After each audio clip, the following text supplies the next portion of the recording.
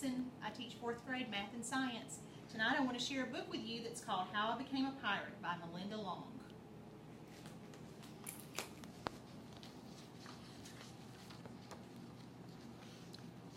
Pirates have green teeth, when they have any teeth at all. I know about pirates because one day when I was at the beach building a sandcastle and minding my own business, a pirate ship sailed into view.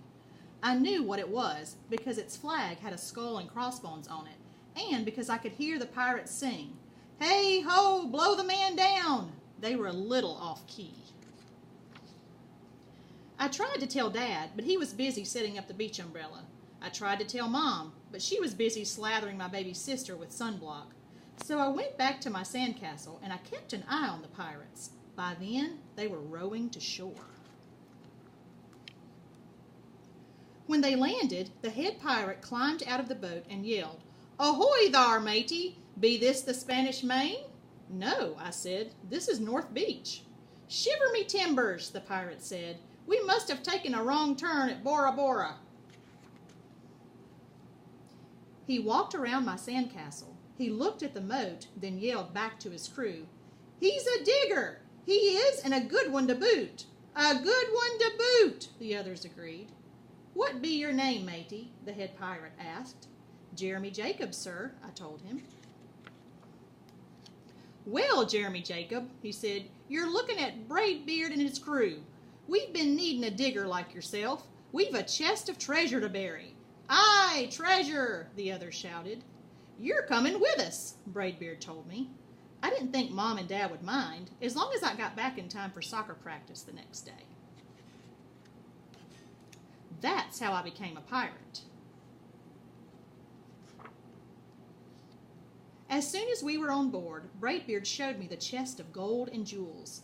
"Gotta find a safe place for this here treasure. It's high time we were off," he announced. "We're off," we all shouted. And then we set sail. There was plenty to do on board. The pirates taught me to sing sea chanties, the louder the better, and to say real pirate stuff like landlubber and scurvy dog. By dinner time, I could speak pirate perfectly. I also learned pirate manners. Braidbeard pounded his fist on the table and yelled, "Down the hatch, me laddies! Down the hatch!" we all shouted. Braidbeard gulped his food and said, "Hand over the meat! The meat!" we all roared. Nobody told us to finish our spinach. There wasn't any. Or to chew up our carrots. They weren't allowed on board. We talked with our mouths full and nobody said please or thank you. After dinner, I tried to teach the pirates to play soccer. Braidbeard kicked the ball and yelled, "Arr, soccer! Arr, soccer!" the crew yelled. Then everybody dove for the ball at once and it rolled right off the deck. "After it, me hearties!" Braidbeard commanded. "After it," we all whispered. We fought over who would go get the ball, but it didn't matter anyway because a shark came along and swallowed it in one gulp. So much for soccer. By now it was past my bedtime, but nobody tells pirates to go to bed, to take a bath, or to brush their teeth. Maybe that's why their teeth are green. Pirates sleep with one eye open, just in case, and they don't change into pajamas unless they want to. Pirates don't do anything they don't want to, except for maybe swabbing the decks. I wanted to be a pirate forever. But then I found out what else they don't do. When I couldn't stay awake any longer, I asked Braidbeard to tuck me in and read me a story. "Tuck you in?" he bellowed. "Pirates don't tuck." "No tucking!" the crew cried. And the only thing they had to read was a map. "Don't you have any books?" I asked. Braidbeard looked confused. "Books?" I didn't even bother to ask about a goodnight kiss. It wasn't easy to fall asleep without a story, but I was finally dozing off when a storm broke. Thunder boomed and lightning flashed. I tried to hide under the covers as waves slammed up against the ship, but I kept falling out of my hammock. I couldn't find anyone in the cabin. They were all on deck. "Lower the sails!" Braidbeard shouted. "Batten down the hatches!" Everybody ran around, yelling and lowering and battening. Nobody had time to sit close and tell me it would be over soon. Nobody even noticed me. I decided that I didn't want to be a pirate after all. Just then, flash, crash, crack, lightning hit the mast and split it right down the middle. "What'll we do now?" yelled one of the pirates. "We'll have to turn back," called another.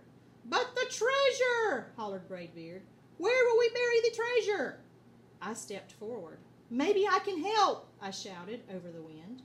"I think I know the perfect digging spot." When the storm was over, we rowed back to shore and buried the chest. We drew a map so we could find the treasure again, but I don't think I'll need it. After that, the pirates repaired the ship and got ready to set sail. Before they left, Braidbeard handed me a flag and said, "You make a fine pirate, Jeremy Jacob. Guard that treasure well. We'll be back soon to get it." "Soon enough," the crew repeated. "And if you ever need us," Braidbeard added, "just run the Jolly Roger up yonder pole." "Up yonder pole," the others shouted. "And maybe I will, but not today. I have soccer practice." I hope you enjoyed my favorite book, How I Became a Pirate. Hope you get tucked in all nice and good and snuggly and have a great night's sleep, and I look forward to seeing you tomorrow.